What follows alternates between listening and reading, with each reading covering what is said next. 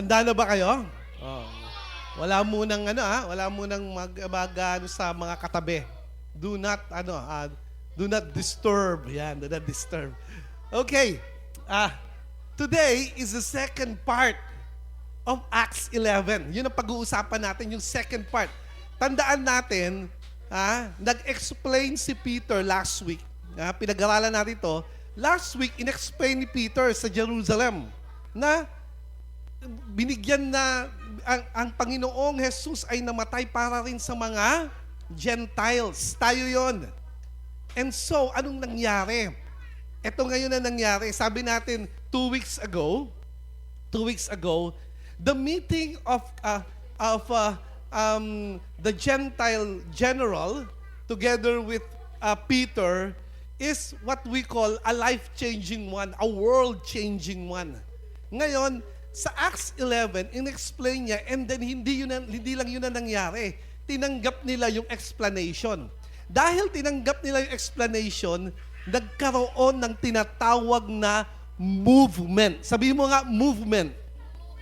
Ang movement ay pagkilos. Nagkaroon ng pagkilos. Yun ang nagkaroon sa atin. Nagkaroon ng pagkilos ang tinatawag na Church ng Panginoon. Ito ngayon yun. Nagsimula na. Sabi mo, nagsimula na. And so, ang ating title ngayon is The Movement Begins. Nagsimula na yung movement na yon. Ang movement na kung saan kabilang ang pinag-uusapan dito ay ang iglesia ng Panginoong Jesus. Ang tanong dito, ano ba ang iglesia ng Panginoong Jesus? At paano nga ba masasabi na tayo ay pinagpala bilang iglesia ng Panginoon? Makikita natin yan sa verse 19 hanggang verse 30. Ito yung sinasabi niya. Sa verse 19, ito yung kwento. Kwento lang naman to. Iiksian natin yung kwento, pero part kasi ng mga sasabihin ko ngayon ay nandito sa kwento na to. Sabi, now those who had been scattered. Sabi, scattered. Dahil nga, nung naalala nyo, a month ago, pinatay si Stephen, di ba? Natakot. Actually, nag-disperse sila. Nagkaroon ng dispersion. Nagkaroon ng kalituan at umalis lahat sila. And then, those who's been scattered by persecution that broke out when Stephen was killed traveled as far as Phoenicia, Cyprus, and Antioch. Tandaan nyo yung mga places na yun, The Phoenicia, Cyprus, and Antioch, spreading the word only among Jews. Now, in verse 20,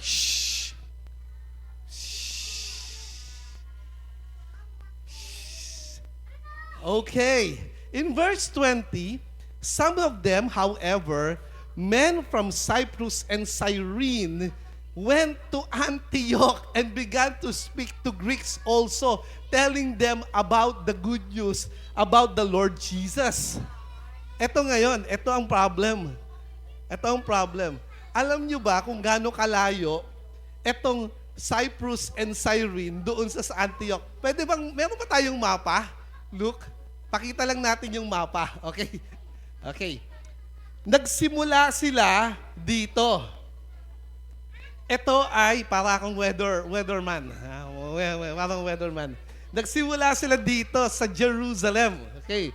Simula sila sa Jerusalem, nagkaroon ng dispersion.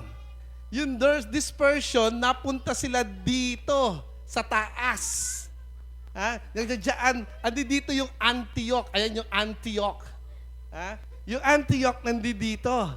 Yung mga binasa natin kanina, dito lahat yon. Kaya lang, sila sabi doon sa verse 19, lahat daw ng mga binibigyan nila ng tungkol kay Jesus Christ, puro mga Jew lang. Hindi sila nakikipag-usap sa ibang mga sa Gentiles, sa hindi Jew.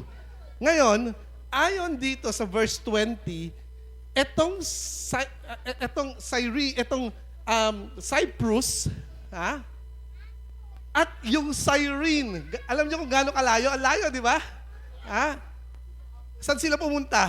Pumunta sila sa Antioch upang i-proclaim ang salita ng Diyos. That is so crazy. It's so crazy na parang ako, galing ako, sabihin natin sa Palawan, nagkaroon ng dispersion, pumunta ako sa Manila, at dahil nalaman ko na ang salita ng Diyos ay para sa lahat, pumunta ako sa Mindanao, parang gano'n. Dahil sobrang masigasig. Masigasig ang mga taong nakaalam ng salita ng Diyos. Masigasig ang mga taong nagkaroon ng relasyon sa Panginoong Jesus. Ganito sila kasigasig. Pumunta sila dito. Saan? Ang layo, di ba? Napakalayo. Naglakbay sila upang i-proclaim ang gospel ng Panginoon. And you know what? I'm telling you right now, kung ganito tayo kasigasig, yung movement tuloy-tuloy. Nagkakaroon lang ng blessing ng Panginoon kung naniniwala tayo sa Panginoon na tayo rin ay tinawag ng Diyos upang i-proclaim ang gospel niya. Sa lahat, hindi lang sa iilan. Hindi lang sa iilan. Sa lahat. Pinoproclaim sa lahat at dapat masigasig tayo mag-proclaim ng gospel ng Panginoon dahil ang gospel ng Panginoon ang tanging pag-asa ng tao upang siya ay maligtas. Ang tanging pag-asa upang magkaroon siya ng tinatawag na pagpapala galing sa Diyos. Kung hindi natin makikita ito, at hindi ganoon, parang every Sunday lang ako Christian. Sino ditong Sunday Christian only? Wala naman sana. God blesses the church if the church are all ministers of the gospel. And I tell you that. Doon ako magsisimula ngayon. Kunin nyo na lahat ng, makalimutan nyo man yung ibang mga sinasabi ko, pero sasabihin ko sa inyo, kung ina-accept nyo ang katotohanan na tinawag ka ng Panginoon upang i-proclaim ang gospel, therefore, God will bless not only you but also this church. Amen ba doon? Natutuwa ako, meron sa mga kabataan natin ngayon, nagsasabi, Mami Lance, gusto ko na rin magsalita sa harapan. Gusto ko mag-pray sa harapan. That is very, very encouraging. You know why? Because the future looks bright for CCO. Amen. Amen. Isipin mo at very young age, merong gustong pumunta dito at magsasabi, ako ay mananalangin. But the point here is that you go out. We go out. We proclaim the gospel. We proclaim the gospel. And in verse 21, the Lord's hand, ito ang pinakamaganda. Sa pinakamaganda. The Lord's hand was with them, and a great number of people believed and turned to the Lord. Kung masigasig ka, if you are not hesitant, kung hindi ka takot, kung ikaw ay hindi takot ang tawag doon, ma-reject, kung hindi ka takot na i-proclaim ang gospel ng Panginoon, ito mangyayari sa'yo. Ang kamay ng Diyos. Ano ba ang kamay ng Diyos? Ang kamay ng Diyos ay dala-dala ang maraming pagpapala sa kanyang anak. Amen. Amen. Parang ayaw na. Amen. So, the Lord's hand, what was with them? The church just like CCO. It's like CCO actually. If we look at it, it's like CCO. We just say, yes, Lord. Hindi nyo kinakailangan si pastor para kausapin ang magulang nyo. Hindi nyo kinakailangan si pastor para kausapin ang mga kapatid nyo. Hindi nyo kailangan si pastor upang kausapin ang mga magulang nyo. Hindi nyo rin kailangan si pastor para kausapin ang mga kasama mo sa trabaho o kasama mo sa school. Hindi nyo kailangan si pastor. Alam nyo sino kailangan nyo? Ang kailangan nyo si Lord at ang pananampalataya sa Kanya. That's it. God will bless this church if we believe that we are called by God as ministers of this New Testament church. Amen. So, sabihin mo sa katabi mo, maniwala ka. Hindi mo kailangan si pastor. Ang kailangan mo si Lord, kasama mo si Lord. I tell you, I am 100% sure if you proclaim the gospel of God, God will be with you and the Lord's hand is with you. Palakpakan natin ang Panginoon. The Lord is with you. Amen. So, news. Ang news ngayon, napunta na. Nalaman na lang lahat. Eto na. Kumbaga, parang ito nagbabadya. Nagkakaroon na ng movement. Tumitindi na. Nakaramdam na kayo ng gano'n, yung matindi na nangyayari. Nakikita mo, nagbabago lahat. Nagiging matindi lahat. Nagiging masiglang lahat. Merong tinatawag na news. News reach Jerusalem. The news reached Jerusalem. And they sent sino? Siyempre, ang isa sa pinaka-leader nila. Sino? Si Barnabas. They sent Barnabas. To where? To Antioch. Kasi, nakita niyo yung kanina, pumunta lahat sa Antioch. Ang Antioch, ang tinatawag na epicenter sa Gentiles. That region. Grabe. Dumating si Barnabas doon.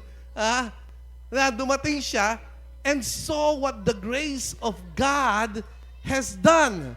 He was glad and encouraged them all to remain true to the Lord with all their hearts. Siguro, nag-i-investigate si Barnabas, pagtingin niya, ano nangyayari dito? I am encouraged to see someday, one day, may dadating dito, biglang mamamangha. Ano nangyayari dito? Ano nangyayari dito? Because the Lord's hand is upon us. The blessing of God is upon us if we believe. If we believe. Alam mo ang news? The good news of the gospel of God. The new covenant. Ano yung new covenant? That the Lord is upon you. And you belong to the kingdom of God. The kingdom of God is about righteousness, joy, and peace. Sabi sa book of Romans. Ano raw? Ang kaharian ng Diyos ay patungkol sa pagiging matuwid, magkaroon ng kagalakan, at kapayapaan. Matatamo mo lang yon kapag ka na kay Jesus ka. That's the kingdom of God. And you know what? The kingdom must be expanding. Not by territory, but by the people around us. Dapat nakakahawa ka. Para kang COVID. Dapat nakakahawa ka. Pag sinabi mo patungkol kay Jesus, hindi ka mapakali, kinakailangan masyaran ko to, kinakailangan i-proclaim ko to, kinakailangan mawin ko to. Yun ang nasa isip mo. Gusto mong ipakita na ang gospel ng Panginoon ay ang katotohanan. And so, he was a good man. Was talking about Barnabas, full of Holy Spirit and faith, and a great number, great. Hindi nila mabilang. Ako binibilang ko kanina, nasa ilan lang eh. Pero ito, great. Hindi na nila binilang eh. Bakit mo pa bibilangin? Wala tayong counter. Sabi, a great number of people were brought to the Lord. The great number of people. Imagine this. Tingnan mo yung katabi mo. Kung yung katabi mo, magdadala ng 10. Kung yung katabi mo ay magdadala isa ng 10, ha? Kung 5 kayo, magdadala kayo ng tigsa 10, ilan na yon? Can you imagine 50? Saan natin ilalagay yun? Saan natin ilalagay yun? Mas magandang problema yun, di ba? Baka problema tayo, sino nang papakainin natin every Sunday? It doesn't matter. Tignan mo, ilan ba tayo? Kung ilan tayo dito, i-times mo sa 5. I don't know. Puno tayo. But that is beside the point. The point here is that we proclaim the gospel. And people will change. There should be change life. We are ministers of the New Testament. Anong ginawa ni Barnabas? Si Barnabas, ang ginawa niya, pumunta siya sa Tarsus to look for Saul. Kay Saul, kay Paul, si Paul yung binulag. So, hinanap niya, nakita niya, at dinala niya ulit sa Antioch.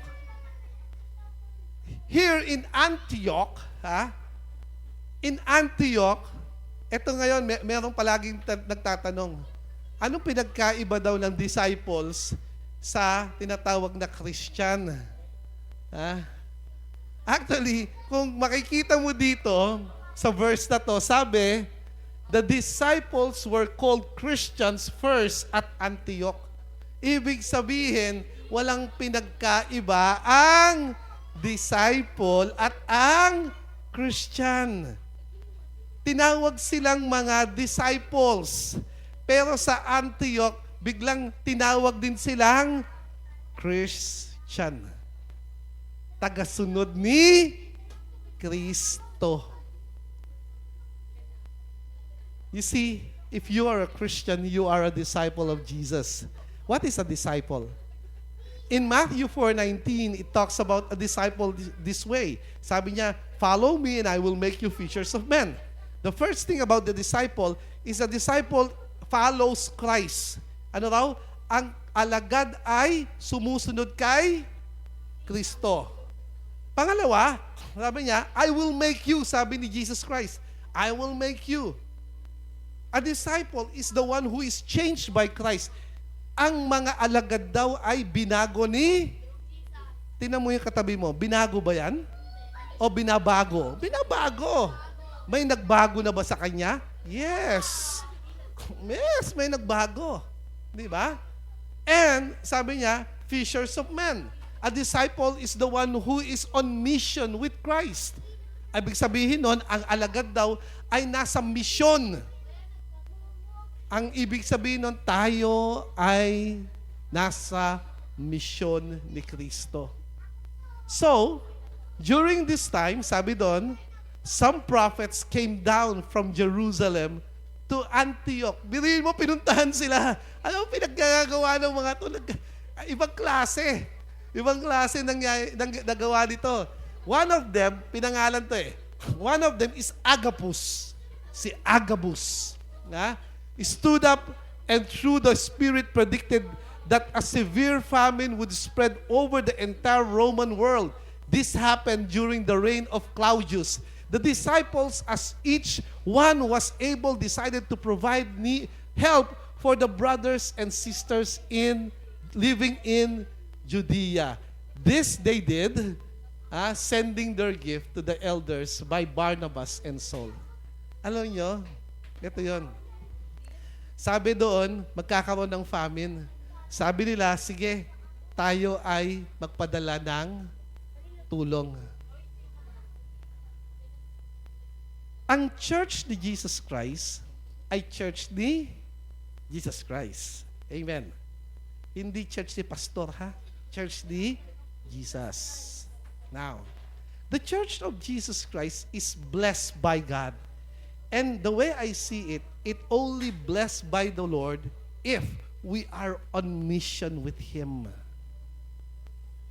Dapat nasa isip natin ang pagmimisyon. Again, kung meron kayong naisip na gawin at alam nyo kung paano gawin para kay Kristo, gawin mo.